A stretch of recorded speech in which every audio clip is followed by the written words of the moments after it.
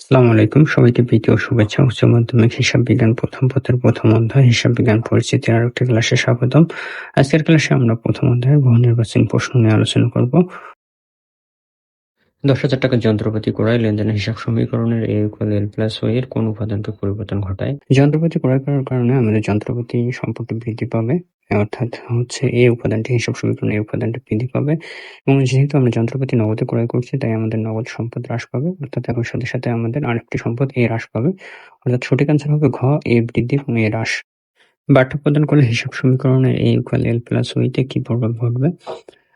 আমরা জানি বারটা আমাদের জন্য ব্যয়, এবং আমরা জানি ব্যয় যদি বৃদ্ধি পায় তাহলে আমাদের মালিকানা সত্ত্ব হ্রাস পাবে। আর একই সাথে সাথে বারটা যেহেতু আমরা নগদে প্রদান করেছি, তাই আমাদের নগদ সম্পদও হ্রাস পাবে।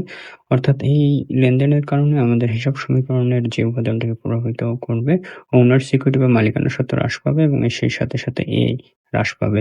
অর্থাৎ সঠিক আনসার ঘ, সম্পদ হ্রাস এবং মালিকানা সত্ত্ব হ্রাস।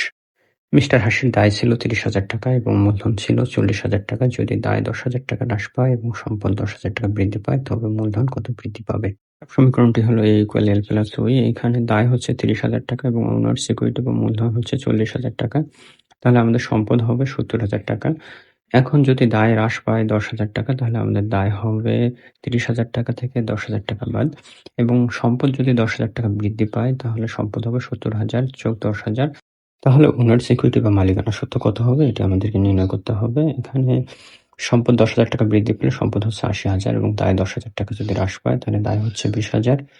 আর আমাদের তাহলে ওনার সিকিউরিটি সম্পদ থেকে আমরা যদি দায় বাদ দেই, তাহলে ওনার সিকিউরিটি 80,000 বিয়োগ 20,000 সমান 60,000।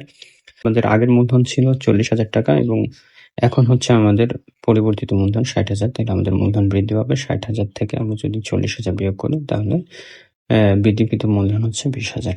ঠিক অ্যান্সার হবে ক, 20,000 টাকা। 4 নম্বর, স্থায়ী সম্পদ 60,000 টাকা, মোট দায় 50,000 টাকা, মালিকানা সত্ত্ব 90,000 টাকা হলে চলতি সম্পদের পরিমাণ কত? আমরা জানি হিসাব সমীকরণটি A=L+O। এখানে এ সমান সম্পদ, এল সমান দায়, ও এটা ওনার সিকিউরিটি।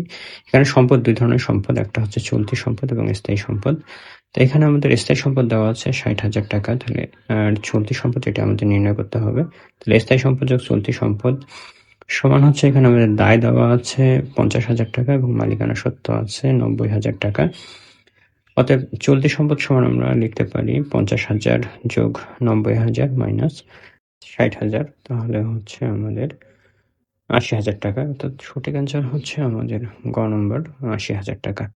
5 নম্বর, মিস্টার জীবনের দায় ছিল 30,000 টাকা, মূলধন ছিল 40,000 টাকা। যদি দায় 10,000 টাকা হ্রাস পায়, সম্পত্তি 10,000 টাকা বৃদ্ধি পায়, তবে মূলধন কত? আমরা জানি হিসাব সমীকরণটি A=L+O।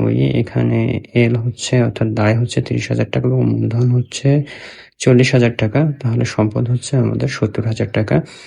এখন দায় যদি 10,000 টাকা হ্রাস পায়, তাহলে আমাদের দায় হবে 30,000 মাইনাস 10,000, এবং সম্পত্তি যদি 10,000 টাকা বৃদ্ধি পায়, তাহলে 70,000 যোগ 10,000।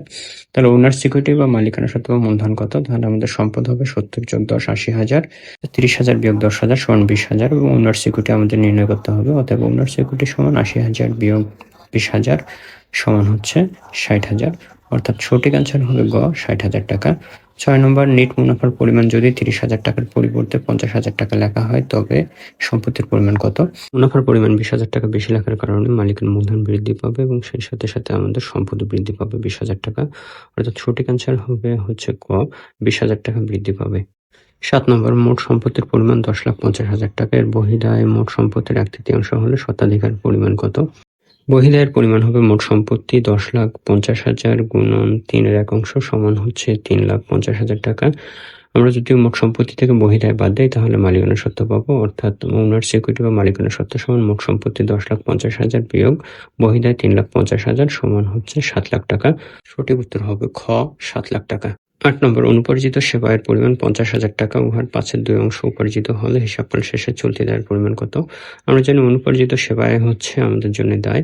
অনুপার্জিত সেবা আয়ের 5/2 অংশ উপার্জিত হয়েছে, অর্থাৎ উপার্জিত 50,000 গুণন 5/2 অংশ সমান 20,000 টাকা। তাহলে অনুপার্জিত আছে আমাদের 50,000 বিয়োগ উপার্জিত 20,000 টাকা সমান 30,000 টাকা। আর অনুপার্জিত সেবা আয় দায়, অর্থাৎ সঠিক অ্যান্সার হবে খ, 30,000 টাকা। বছরের প্রথমে দায় ও মালিকানা সত্ত্বের পরিমাণ ছিল যথাক্রমে ৫,১০০, ৪,৯০০ টাকা। উক্ত বছরের সম্পত্তি ২,৫০০ টাকা বৃদ্ধি পেল এবং মালিকানা সত্ত্ব স্থির থাকলে দায়ের পরিমাণ আমরা জানি A = L+O। এখানে দায় হচ্ছে ৫,১০০ টাকা এবং মালিকানা সত্ত্বের পরিমাণ হচ্ছে ৪,৯০০ টাকা। তাহলে দায় ও মালিকানা সত্ত্ব যোগ করলে আমরা সম্পদের পরিমাণ পাবো। তাহলে সম্পদের পরিমাণ হচ্ছে ১০,০০০ টাকা। সম্পদ যদি ২,৫০০ টাকা বৃদ্ধি পায় তার সাথে ২,৫০০ টাকা যোগ করতে হবে এবং মালিকানা সত্ত্ব যদি অপরিবর্তিত থাকে ৪,৯০০ টাকা এবং আমাদের দায় নির্ণয় করতে হবে। অর্থাৎ আমাদের মোট সম্পদ হচ্ছে ১২,৫০০ টাকা। দায় আমাদের নির্ণয় করতে হবে এবং মালিকানা সত্ত্ব অপরিবর্তিত থাকবে ৪,৯০০ টাকা। অর্থাৎ দায় সমান ১২,৫০০ বিয়োগ ৪,৯০০ সমান হচ্ছে ৭,৬০০ টাকা। সঠিক অ্যান্সার হবে খ, ৭,৬০০ টাকা।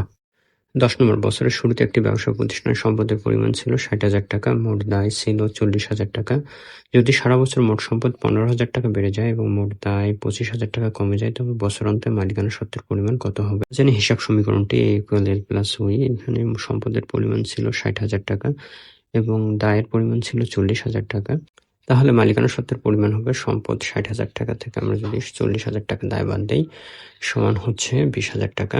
বছর যদি মোট সম্পদ ১৫,০০০ টাকা বেড়ে যায় তাহলে মোট সম্পদ হবে ৬০,০০০ যোগ ১৫,০০০ এবং দায় যদি ২৫,০০০ টাকা কমে যায় তাহলে দায় হবে ৪০,০০০ বিয়োগ ২৫,০০০। তাহলে আমাদের মালিকানা সত্ত্ব কত হবে? এটা আমাদের নির্ণয় করতে হবে। তাহলে আমাদের সম্পদ হবে ৬০,০০০ যোগ ১৫,০০০ সমান ৭৫,০০০ এবং দায় হবে ৪০,০০০ বিয়োগ ২৫,০০০ সমান ১৫,০০০। মালিকানা সত্ত্ব আমাদের নির্ণয় করতে হবে, অর্থাৎ ওনার্স ইকুইটি বা মালিকানা সত্ত্ব সমান ৭৫,০০০ বিয়োগ ১৫,০০০ সমান হচ্ছে ৬০,০০০ টাকা। অ্যান্সার হবে গ, ৬০,০০০ টাকা। ১২ নম্বর, মালিকের মূলধনের সমাপ্ত জের ২১,০০০ টাকা। ওই বছর মালিক ব্যবসায় ৬,০০০ টাকা প্রদান করে এবং ৪,০০০ টাকা উত্তোলন করে। বছরের নিট আয় ৮,০০০ টাকা হলে মালিকের প্রারম্ভিক মূলধন কত? প্রারম্ভিক মূলধন এটা আমাদের এখানে নির্ণয় করতে হবে। আমরা জানি প্রারম্ভিক মূলধনের সাথে আমাদের যোগ করতে হবে অতিরিক্ত মূলধন। এখানে অতিরিক্ত মূলধন দেওয়া আছে ৬,০০০ টাকা।